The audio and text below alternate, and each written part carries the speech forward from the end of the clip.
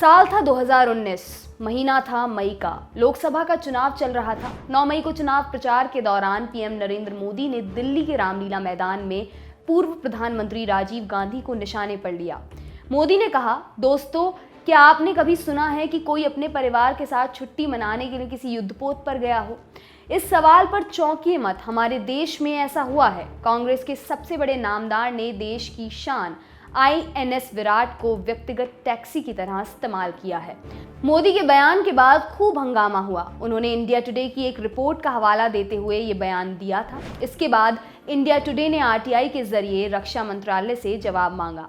रक्षा मंत्रालय ने India today को जो जवाब दिया उससे साफ था कि राजीव गांधी ने INS विराट को निजी टैक्सी की तरह इस्तेमाल नहीं किया। रिटायर्ड IAS अधिकारी हबीबुल्लाह ने तब कहा था, राजीव गांधी और सोनिया गांधी एक सरकारी हेलीकॉप्टर से लक्षद्वीप में उतरे थे। INS विराट PM की बैकअप सुरक्षा के लिए समुद्र में था। प्रधानमंत्री को बैकअप सुरक्षा की आवश्यकता थी। समुद्र के बीच में युद्धपोतों के अलावा कोई अन्य विकल्प नहीं था। लेकिन ये वाकया हम आपको क्यों सुना रहे हैं? PM मोदी ने जिस INS विराट का जिक्र कर कांग्रेस पर हमला बोला था, उसका इतिहास किसी PM के लिए बैकअप सुरक्षा के तौर पर समुद्र में तैनात होने भर से नहीं है। INS विराट को दुनिया के सबसे पुराना कैरियर होने का गौरव हासिल है।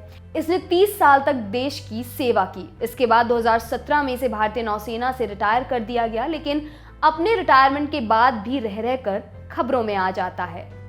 INS विराट फिर से खबरों में है। NDTV की हालिया खबर के मुताबिक INS विराट को आंशिक रूप से नष्ट कर दिया गया है। सामने आई तस्वीर में दिख रहा है कि INS विराट के अगले हिस्से को ध्वस्त किया जा चुका है। वहीं इंडियन एक्सप्रेस की खबर के मुताबिक इसका लगभग 5% हिस्सा तोड़ा जा चुका है। युद्धपोत INS विराट को टूटने से बचाने की योजना को रक्षा मंत्रालय ने हाल ही में खारिज कर दिया था। इस ऐतिहासिक युद्धपोत को बचाने के लिए मुंबई की company Envitech marine consultant private limited ने बॉम्बे हाई कोर्ट का दरवाजा खटखटाया था।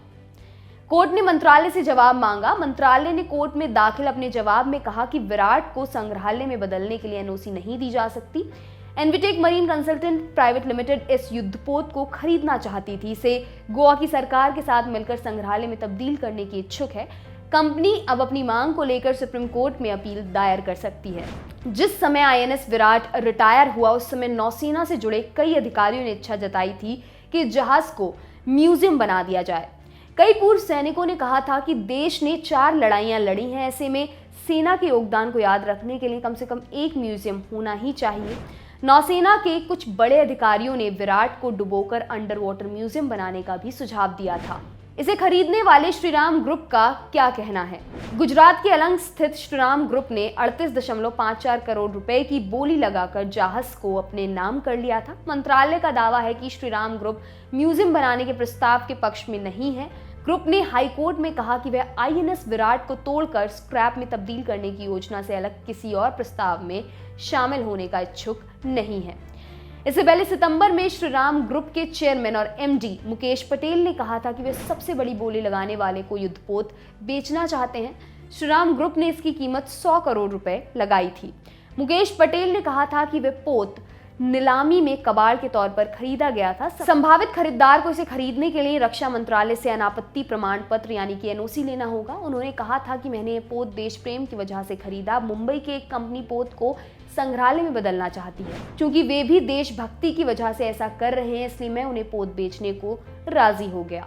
हालांकि पटेल ने यह भी कहा था कि ये पेशकश सीमित समय के लिए है। उन्होंने कहा था, मुझे बताया गया है कि कंपनी NOC लेने के लिए काफी कोशिशें कर रही है, लेकिन मैं हमेशा के लिए प्रतीक्षा नहीं कर सकता। मैं एक और हफ्ते इंतजार करूंगा, इसके बाद मैं पोत को तोड़ने की प्रक्रिया शुरू कर दूंगा। एनविटेक मरीन कंसल्टेंट प्राइवेट लिमिटेड के प्रबंधक निदेशक VK शर्मा ने युद्धपोत खरीदने में दिलचस्पी दिखाई थी।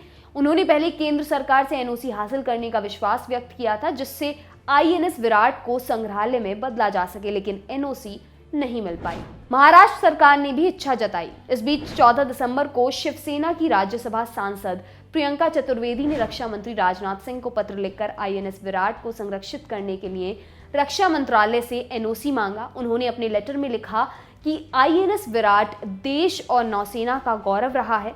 नौसेना की विरासत को कबाड़े में बदलने से हमारी धरोहर नष्ट हो जाएगी।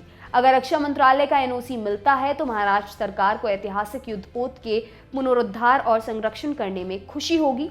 ये दुख की बात है कि युद्धपोत को संग्रहालय का प्रस्ताव पहले ही दिया जा चुका है, लेकिन रक्षा मंत्रालय इसके लिए एनओसी नहीं दे रहा। पिछले साल जुलाई में केंद्र सरकार ने संसद में कहा था कि आईएनएस विराट को स्क्रैप करने का फैसला भारतीय नौसेना के उचित परामर्श में लिया गया है। क्या है आईएनएस विराट का इतिहास? आईएनएस विराट 1944 में बनना शुरू हुआ। बीच में कुछ समय के लिए इस जहाज का प्रोडक्शन रोक दिया गया, मगर इसकी उम्र 1944 से ही गिनी जाती है। ये जहाज दुनिया का सबसे पुराना वर्किंग एयरक्राफ्ट कैरियर रहा। इस जहाज को ग्रैंड ओल्ड लेडी भी कहा जाता था। जब ये जहाज ब्रिटिश नौसेना का हिस्सा था तब इसका नाम HMS हर्मीज था। भारतीय नौसेना ने इस जहाज को अपने बेड़े में 12 मई 1987 को शामिल किया था। 6 मार्च 2017 को रिटायर होने से पहले इसने भारतीय नौसेना में 30 वर्ष तक सेवा दी। इससे पहले ब्रिटेन के रॉयल नेवी में 25 वर्षों तक सेवा दी। इसका ध्येय वाक्य जलमेव यस्य बलमेव तस्य था। इसका मतलब होता है जिसका समंदर पर कब्जा है वही सबसे बलवान है। इस सूक्ति को सबसे पहले छत्रपति शिवाजी महाराज ने अपनाया था, जिन्होंने 17वीं शताब्दी में इसे अपनी सेना के लिए एक मार्गदर्शक सिद्धांत बनाया था। 226 मीटर लंबा और 49 मीटर चौड़े आईएनएस विराट ने भारतीय नौसेना में शामिल होने के बाद जुलाई 1989 में ऑपरेशन जुपिटर में पहली बार श्रीलंका में शांति स्थापना के लिए ऑपरेशन में हिस्सा लिया। संसद हमले के बाद हुए 2001 के ऑपरेशन पराक्रम में हिस्सा लिया। क्या खासियत रही? करीब 745 फुट लंबे इस जहाज में एक छोटा मोटा शहर बसता था। इस पर library, gym, ATM, TV, video studio, अस्पताल, दांतों के इलाज का सेंटर और मीठे पानी का डिस्टिलेशन प्लांट जैसी सुविधाएं थी। फुल लोडेड होने पर विराट का वजन 28,700 टन होता था। जहाज पर 150 अफसर और 1500 नाविक रह सकते थे। आईएनएस विराट ने 6 दशक से ज्यादा समय समुद्र में बिताया। इस दौरान इसने दुनिया के 27 चक्कर लगाने में 10,94,215 किलोमीटर का सफर किया। विराट का नाम Guinness book of world records में भी शामिल है। ये दुनिया का इकलौता ऐसा जहाज है जो इतना बूढ़ा होने के बाद भी इस्तेमाल किया जा रहा था और बेहतर हालत में था। पश्चिमी नौसेना कमान की तरफ से एक बार बताया गया था कि यह इतिहास में सबसे ज्यादा सेवा देने वाला पोत रहा।